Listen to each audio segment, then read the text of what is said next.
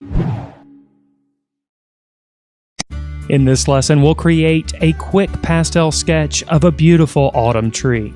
For this demonstration, I'm using a photo reference that I picked up from Paint My Photo, which is at pmp-art.com. I'm working on a toned surface here. This is Canson Mi-Teintes pastel paper, and I'm using the less textured side. There's two sides to the paper. Both sides are acceptable for creating pastel drawings. We'll start here by defining the main trunk of the tree here using a darker gray. We're going to use a looser approach for this drawing, so we're not going to get too wrapped up in making sure that our marks are perfect. We're just going to work quickly and loosely here as we continue to draw in some of the additional branches. Now in the background, we'll just start putting some interesting colors down. I'm going to start here with some warmer tones. We'll start with a very light pink here. We'll spread the pink around rather generously. Some of this color will show through, but the majority of it will be covered up in our final painting. Now, there's a darker green tree behind our orange autumn tree, so we'll fill this in with a bit of olive.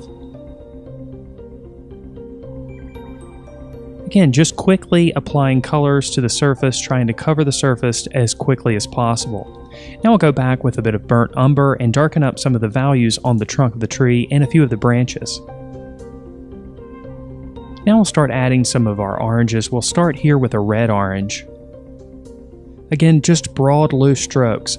At this point, we're creating somewhat of an underpainting. We're going to apply a bit of matte medium in just a minute, and many of these colors are going to be mixed in the process, creating a nice base to apply our finished strokes.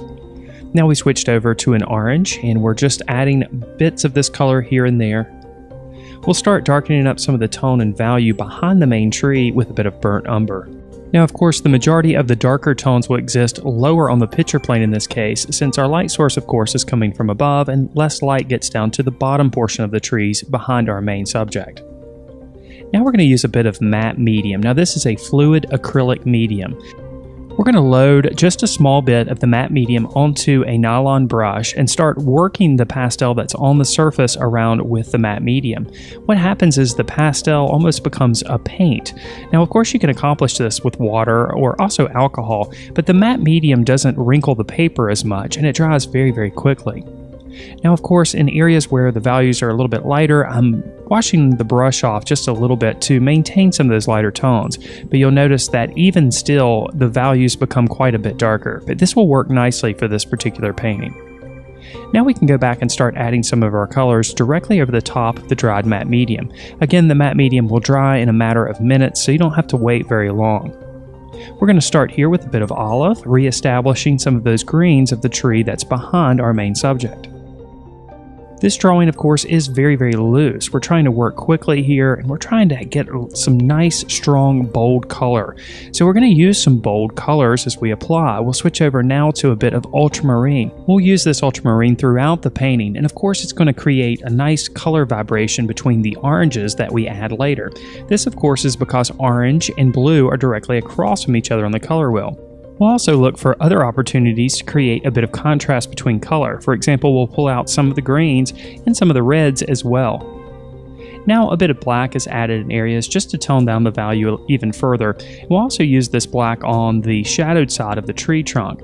In this case, our light source is primarily coming from the upper right-hand corner, so most of the shadows will exist on the left side of the tree. There's also a couple of distant trees off to the left side of the composition. We'll add a bit of black here as well. Now we can start getting a little bit lighter with our values, and we'll switch over to a light yellow-green. We'll add a few pops of color here and there with some loose strokes. And then it's on to adding our warmer colors. We'll start here with an orange. We're not concentrating too much on the actual shape of each individual leaf. Instead, we're looking at the leaves on the tree as a collection of marks. We're going to look at the direction that we pull the strokes. As you can see here, some of the strokes are a little bit more diagonal and some are more vertical. We want to make sure that we have a good mix of strokes that we apply in the painting. We also want to try to direct the viewer's eye through the painting as well with the marks that we make. We want to create a sense of movement in the painting. Remember, we're taking a looser approach here. We're trying to allow the colors and the composition to communicate for us rather than the details. So we're concentrating mainly on the colors and the values that we see and the directional strokes that we apply in the painting. Now we're going to switch over to a slightly lighter orange and start developing some of the highlights.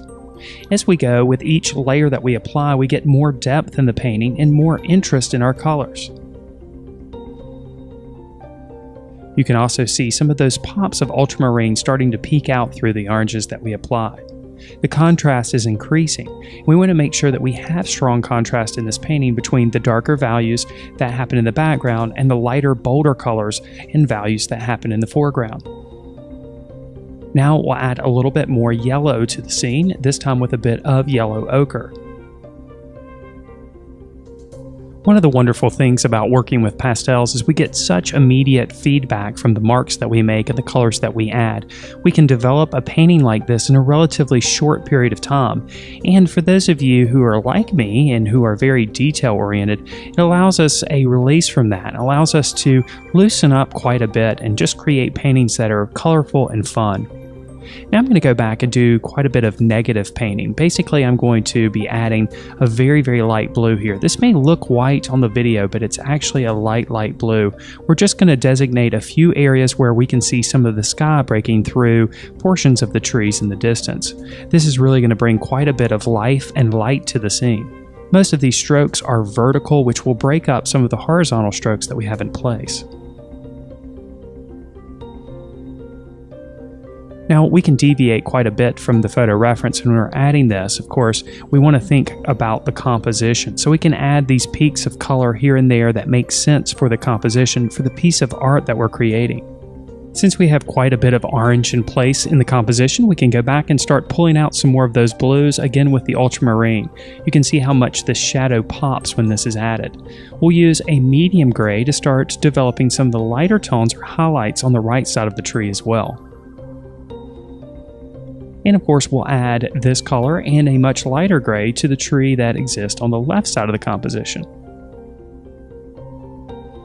We'll use this lighter gray to pull out a few stray branches. Most of these branches are happening on the tree on the left side, which is receiving a little bit more light than our main subject.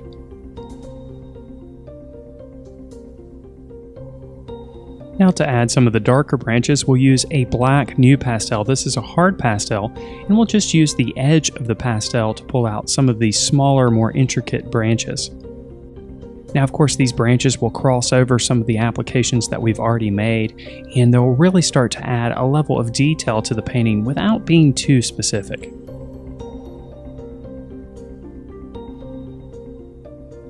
We'll also add a couple additional smaller trees off in the distance here.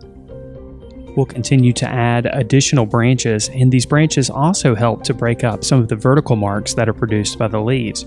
Most of these branches, of course, are horizontal in nature. We'll also use the black to add a bit of shadow underneath some of the larger branches as well. Now we can add additional contrast by going back over some of the peaks of the sky showing through with a lighter blue. Of course, our super light blue that we already have in place will mix with these light blue applications, toning them down quite a bit, but still allowing that strong blue to show through. We'll also use this light blue on the side of the tree trunk that's closest to the light source, producing a bit of natural highlight. And then we'll simply continue on beefing up our contrast with additional applications of a strong, bright orange. And then again, a red orange as well. Now this red orange is going to contrast some of the greens that we have in place.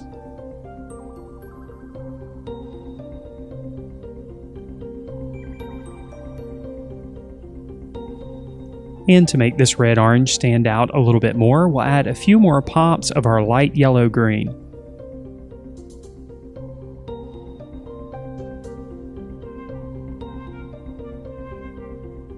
Next, we can add a bit of warmth to the trunks of the tree using a light to medium brown.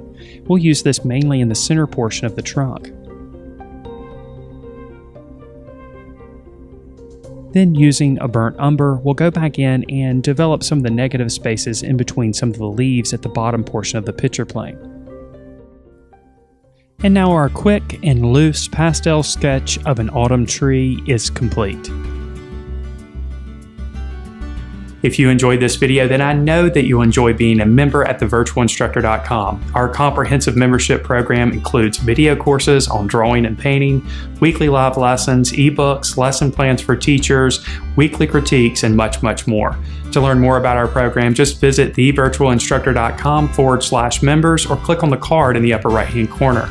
And if you want to check out 3 of our course modules for free, you can do so. Just click on the link on your screen now. And if you're watching this on YouTube, make sure that you subscribe to the channel. I look forward to seeing you in the next video.